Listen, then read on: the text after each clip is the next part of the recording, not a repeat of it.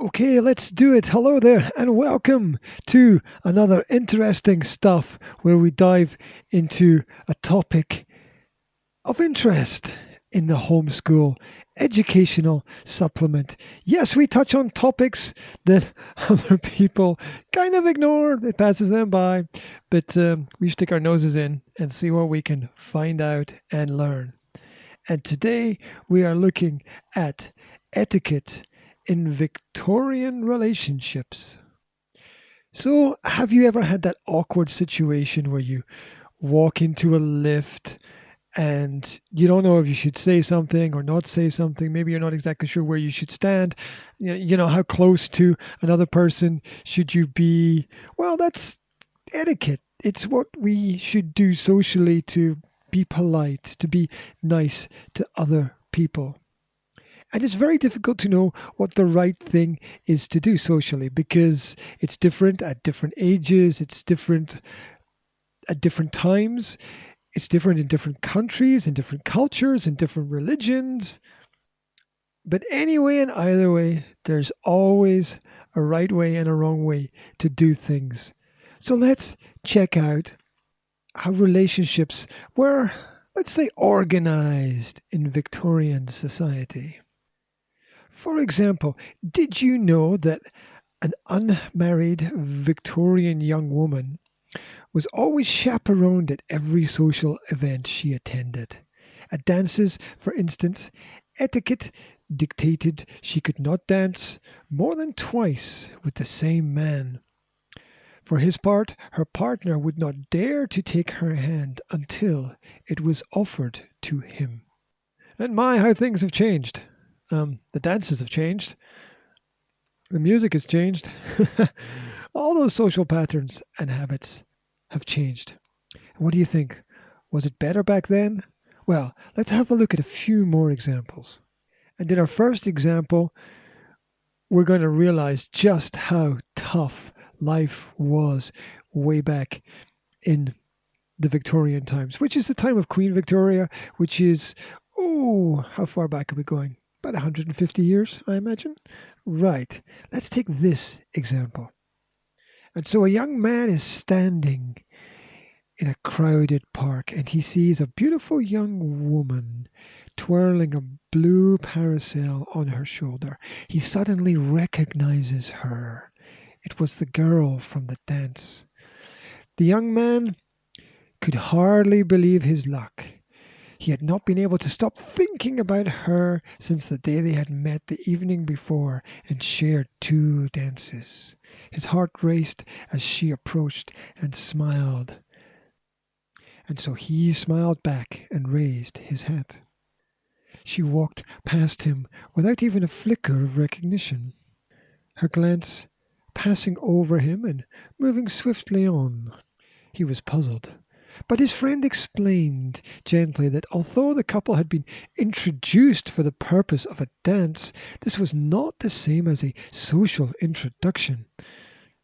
The man flushed and went red, embarrassed by his error. A subtle code of conduct governed every aspect of Victorian social life. This was known as the cut, and it was one of the deadliest weapons of that social code. Because if a woman was approached by an unknown man, she could completely ignore him, and yet at the same time somehow make him aware that the act was no accident. Actions with double meanings. It's upside down world. No is yes and yes is no, as long as you can read the signs. And so upper class women, known as ladies of ample leisure, which just means they had a lot of free time, were the keepers of complex books of codes and rules that governed social life. The strict protocol of etiquette made sure that different social groups remained separate and was useful for keeping poorer or socially undesirables at bay. Yep, so basically, if you knew the rules, you were in, and if you didn't, you were out. You know, there might still be some kind of truth in that way of doing things today. I'm not sure. I guess everybody's experience is different, but there are still social classes and they still have their rules. But let's dive in to another example of etiquette in Victorian relationships. This is the ritual of calls, and of course, calls meaning visits, because this is before the time of telephones. And so these calls began with what were called morning calls, although they were usually made in the afternoon. And there's logic for you. These were made to welcome a well connected family to a new area, or to announce the return of one family to the city from the country, or perhaps to offer condolences, congratulations, or maintain friendships. Calling cards played an important function in these rituals. Delivering the cards was a woman's responsibility. She could leave her card or leave two cards, a second card on behalf of her husband, and depart. And she would not ask to see anyone in the house, but would leave the card as a suggestion that perhaps people should meet. Alternatively, if the visitor was very well known, they could ask if the lady of the house were at home, and if she were, a meeting of not more than 20 minutes would follow. The visitor was not expected to remove her shawl or bonnet at this time. Yep, don't get too comfortable. Moving on, subtle messages could be transmitted through such elaborate rituals. If a personal call was returned by a visit in which a lady simply left a card, it was clear the relationship was not expected to go further. A woman could determine whether her calls were welcome by the speed and enthusiasm of responders. Just imagine somebody like running up to the front door and slapping down a card and running off. Moving on. There were rules for all occasions. Handshakes were a potential minefield of social embarrassment, still are sometimes, whether to grab the hand or grab the wrist or, do a knuckle shake or a fist pump, or I never know what to do. Anyway, a married woman would extend her hand on being introduced to a gentleman, but a young single woman could not. A man of junior status was expected to wait until his superior offered his hand. In a world where everyone was expected to know their place, etiquette ensured that people knew exactly how to behave. Crazy, isn't it? And you thought life in Victorian England was easier? Well, maybe you didn't. I don't know. Seems they made it complicated for themselves. But rules have reasons. Let's continue. Some other habits included flowers. 19th century gentlemen developed a great enthusiasm for using flowers to send romantic messages. Dictionaries listed the meanings of flowers. An azalea indicated temperance, ivy leaves meant friendship, roses were left for beauty, and the lily of the valley left for happiness. And I guess in this respect, a lot of things are still similar today. Girls like flowers. Women like flowers. Grandmothers like flowers. Yay! It's a classic. It's a classic. Why not? So some things haven't changed. But some things have. Let's look at one more example of Victorian life. Imagine the situation. It's a crowded ballroom where all London seems to have gathered. A gentleman is standing and he glances at a dark-haired beauty carrying an ivory fan. He knows that she has seen him because their eyes have met briefly.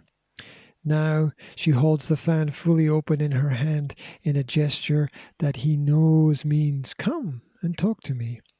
Heart pounding, he begins to walk across the floor. But she starts twirling her fan in her left hand. What could this mean? Well, this signaled that we are being watched. Oh yeah. So he pauses. Suddenly, she rises from her seat, turns and walks towards the balcony. The closed fan in her right hand in front of her face is a private invitation for him to follow. Fans were an essential item for any woman of fashion in the 18th and 19th centuries, but their true fascination lay in the way they could be used to send romantic messages. In the 18th century, complex fan games were devised in England to spell out messages letter by letter. In the 19th century, a simpler scheme was used in which whole phrases, usually romantic, could be conveyed with a single gesture. And you thought the fans were just to help you keep cool. Those Victorian women were a force to be reckoned with, for sure.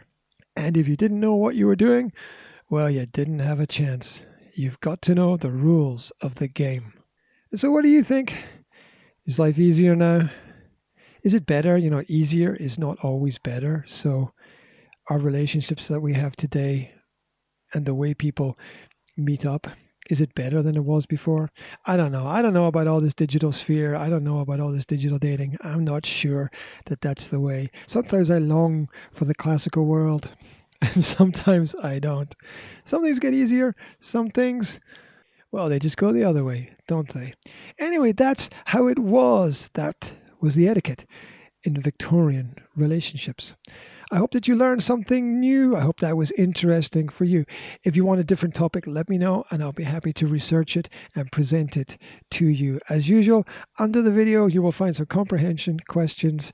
And thank you very much for tuning in and listening. I know that there's a big choice out there for things for people to do today, so I really appreciate the fact that you lent me your ear, or ears perhaps. That's it. Thanks again. Take it easy. Have a great time wherever you are. Speak to you soon. Take care. Goodbye.